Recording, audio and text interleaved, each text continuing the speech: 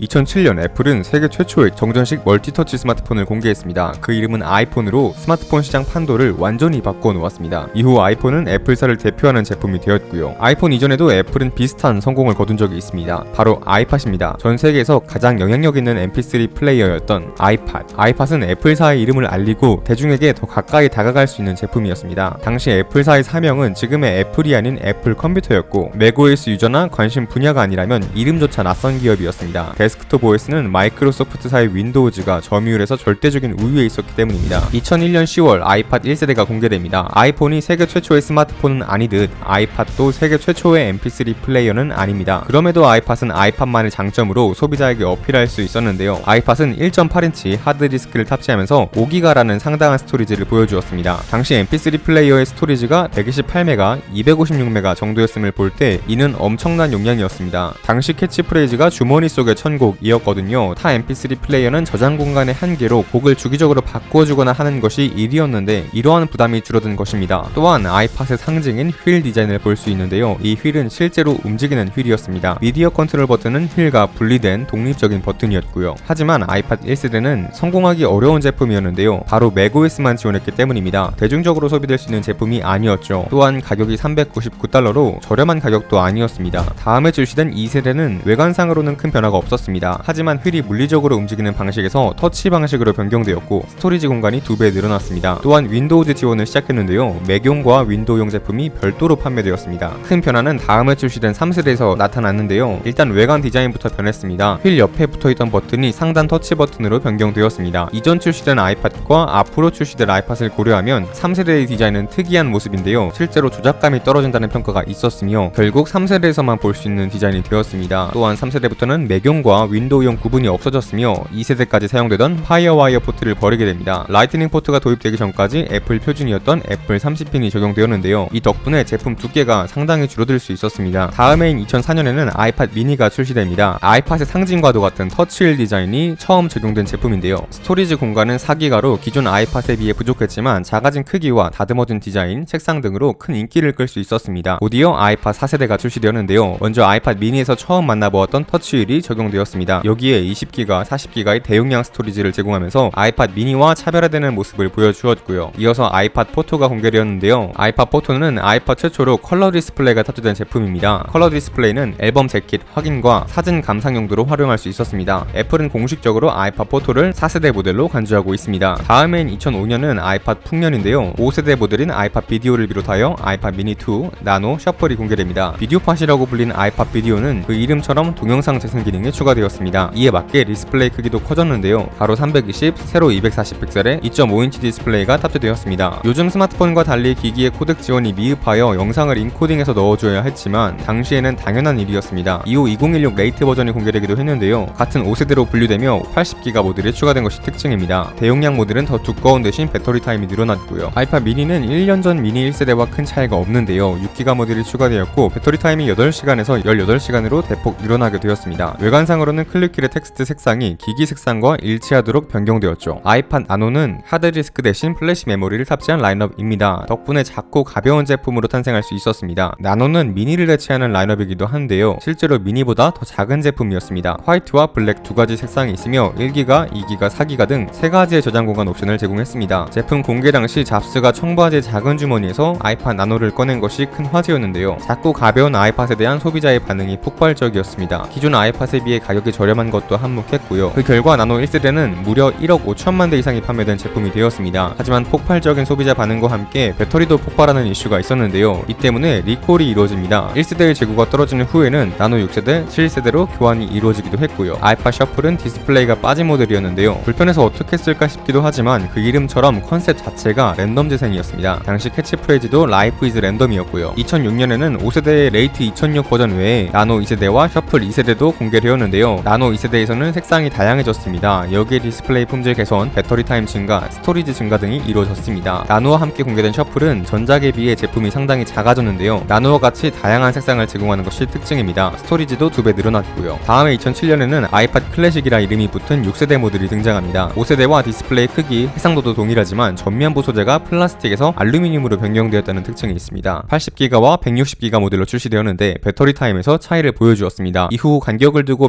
220기가와 160기가 모델이 추가로 출시되었는데 이를 6.5세대와 7세대로 구분하기도 했습니다. 하지만 용량과 배터리 타임, 블랙 컬러의 색상 차이 외에는 동일한 제품이었습니다. 나노 3세대는 디자인이 크게 변경되었는데요. 길이가 짧아지면서 이전 제품과 다른 느낌을 주었습니다. 가로가 넓은 2인치의 디스플레이가 탑재되면서 마치 i5 클래식과 같은 모습을 하고 있는데요. 실제로 나노 3세대부터는 동영상 재생을 지원하게 되었습니다. 주목할 제품은 새로운 라인업인 아이팟 터치일 텐데요. 아이팟의 상징과도 같았던 터치휠이 아닌 터치스크린 인터페이스를 탑재한 아이팟입니다. 하지만 아이팟이라기보다는 전화 기능이 빠진 아이폰에 가까운 느낌입니다. 같은 해 오리지널 아이폰이 발표된 이후 아이팟 터치 1세대가 이어서 공개되었는데요. 아이폰에서 주요 스펙이 빠지거나 낮아진 모습이었습니다. 2008년에는 나노 4세대와 터치 2세대가 공개되었습니다. 나노 4세대에서는 다시 길이가 길어진 모습인데요. 가장 많은 분들의 기억 속에 남아있는 아이팟 나노의 디자인이라고 할 수 있겠습니다. 9가지 다양한 색상으로 출시되면서 고르는 재미도 있었고요. 여기에 화면 회전 기능을 위한 자이로 센서가 탑재된 것이 특징입니다. 소비자의 반응도 좋았으며 이에 힘입어 2008년 애플은 한 해 동안 5,400만 대의 아이팟을 판매했는데요. 이는 역대 아이팟 판매량 최고 기록을 갱신한 것이었습니다. 하지만 수익 비중은 줄어든 모습인데요. 애플 수익의 40%까지도 담당했던 아이팟의 비중이 20%대로 떨어지게 되었습니다. 같은 해 아이팟 터치는 아이폰 시리즈와 유사한 디자인의 측면 볼륨 버튼과 내장 스피커가 추가된 것이 특징이었습니다. 2009년에는 나노 5세대, 셔플 3세대, 터치 3세대가 출시되었는데요. 나노 5세대에서는 0.2인치 커진 2.2인치 디스플레이가 탑재되었습니다. 제품 외관 크기는 유지한 채 화면 크기를 키운 것입니다. 여기에 외관 재질이 무광 알루미늄에서 유광 알루미늄으로 변경되었습니다. 셔플 3세대에서는 디자인이 다시 길쭉해진 모습인데요. 커진 것처럼 보이지만 사실 굉장히 작은 제품입니다. 특징은 미디어 조작 버튼이 전부 사라졌다는 것입니다. 재생, 일시정지, 볼륨 조절과 같은 기능은 모두 이어폰으로 조작하도록 변경되었습니다. 터치 3세대 역시 아이폰 3GS와 매우 닮은 모습인데요. 통화 기능과 카메라, GPS 등을 제외하고는 아이폰 3GS와 동일한 스펙을 보여주었습니다. 2010년에는 나노 6세대, 셔플 4세대, 터치 4세대가 출시되었습니다. 나노 6세대는 정사각형의 1.54인치 터치스크린이 탑재되었는데요. 크기가 작아지면서 아이팟 나노라는 이름이 어울리는 제품이 되었습니다. 또한 손목 스트랩을 공식 액세서리뿐만 아니라 다양한 서드파티 제품으로도 만나볼 수 있었는데요. 시계 표시 기능을 지원하면서 마치 시계처럼 활용이 가능했기 때문입니다. 비록 아이팟의 상징이었던 클릭 휠은 사라졌지만 상당히 재미있는 제품이 된 것이죠. 하지만 블루투스를 지원하지 않았고 손목에 착용한 채로 이어폰을 꽂아 쓰자니 모양새가 아쉬웠습니다. 때문에 블루투스 동글을 꽂아 사용하는 경우도 많았고요. 셔플 4세대는 다시 2세대의 모습으로 돌아갔습니다. 가로 길이가 줄어든 형태인데요. 이 제품이 셔플 라인업의 마지막 모델이 되었습니다. 한국 출고가는 65,000원이었는데 구성품으로 이어버드를 증정했거든요. 이어버드를 애플 스토어 정가 35,000원 주고 살 바에는 차라리 3만원 더 주고 65,000원짜리 아이팟 셔플을 사볼까 하는 고민이 가능했었습니다. 새 아이팟 터치는 역시 아이폰 4와 많이 닮았는데요. 프로세서는 A4로 아이폰 4와 같지만 램과 카메라 스펙 등은 낮춘 모습이었습니다. 다음에 2011년에는 아이팟이 하나도 출시되지 않았습니다. 2001년 이후 매년 공개되었던 아이팟 제품군이 하나도 공개되지 않은 것은 처음인데요. 이제 애플의 주력 상품은 아이팟이 아닌 아이폰임을 의미합니다. 실제로 2011년부터는 아이팟의 판매량이 크게 줄기 시작했으며 수익 비중은 10% 미만으로 떨어지게 되었습니다. 2012년에는 다시 나노 7세대와 터치 5세대가 공개되었는데요. 나노 7세대는 2.5인치의 터치 스크린을 탑재한 새로운 디자인으로 등장했습니다. 하단 홈버튼과 5.4mm의 얇은 두께가 특징이고요. 여기에 블루투스 지원도 반가운 일이었습니다. 하지만 해를 거듭할수록 아이팟은 시장 한계에 가까워지고 있었죠. 또한 약 3년 뒤에 미드 2015 버전으로 색상이 리뉴얼 되었는데요. 이를 8세대로 구분하여 부르기도 하나 공식적으로는 이 또한 7세대입니다. 아이폰 5와 함께 발표된 아이팟 터치 5세대는 카메라가 5메가픽셀급으로 크게 향상되고 디스플레이 품질도 좋았는데요. 하지만 A5가 탑재되며 성능에서는 아이폰 5와 차이를 둔 모습입니다. 사실 아이팟 터치도 스마트폰의 성장과 함께 대중의 관심에서 벗어난 제품이 되어버렸죠. 2013년 패스, 2014년